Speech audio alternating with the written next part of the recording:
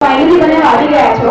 આપણે કાલે તમે લગ્નની વિધિમાં જોડાવાના છો और जैसे कि शादी में होता है ना, कुछ कुछ वचन आपको लेने पड़ते हैं, ठीक है? तो एक पहले ही वचनों की शुरुआत हम आज से करेंगे। Are you ready?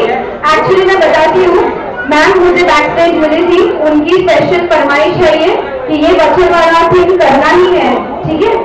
ठीक है, तो करना ही पड़ेगा। तो સૌથી પહેલા તમારાથી શરૂઆત કરશું। मैम ए रिक्वेस्ट करी છે, तो you have to repeat. Okay, चलो लेट्स स्टार्ट। હું વિનય આજે આ વચન લઉં છું કે લગ્ન પછી ભલે મારી વાઈફ શ્વેતા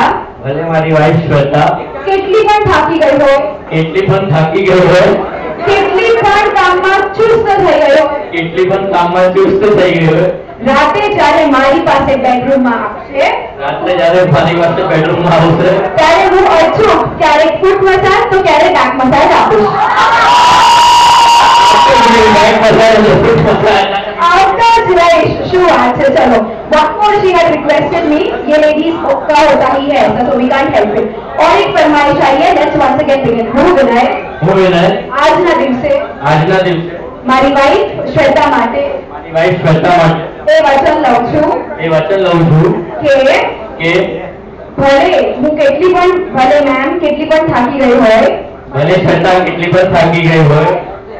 કામમાં વ્યસ્ત હોય અને રસોઈ બગડી જાય મેમ સાથે ફોન પર વાત કરતા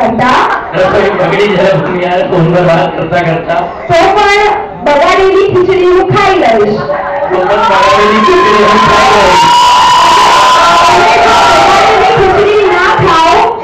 जो बगाड़ेली खीचड़ी ना खाओ तो होटल की पार्सल अपावी दईश। तो होटल की पार्सल ले ले। चलो, पर सासुमा चलेगा ऐसा? खिचड़ी खिचड़ी और होटल का खाना चलेगा? चलो, फुल है तो परमिशन आ गई है, चले कशी कोई प्रॉब्लम नहीं। Your turn. Let me be very Frank, even he was very smart. इन्होंने भी कहा है कि कुछ ऐसी चीजें हमें लेनी ही है। ऑलराइट, सो अब आपकी बारी है। Come on, let's start. मैं श्वेता आज के दिन ये प्रॉमिस करती हूँ कि भले विनय की पुरानी कुछ सहेलियों के कॉल भी क्यों ना आ जाए,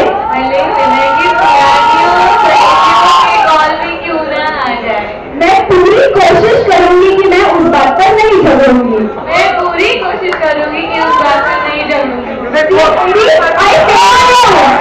मैंने आपको ऑटोमेटिकली फेवर कर दिया, ये कहा कि पूरी कोशिश करूंगी। अल्टीमेटली मैम जवाबदार नहीं है, झगड़ा हो भी सकता है, पर बात में हमने लेडीज का फेवर, तो आप थोड़ा पार्टी शार्टी अब कम होनी चाहिए और फुल टाइम डिवोशन होना चाहिए मैम के लिए।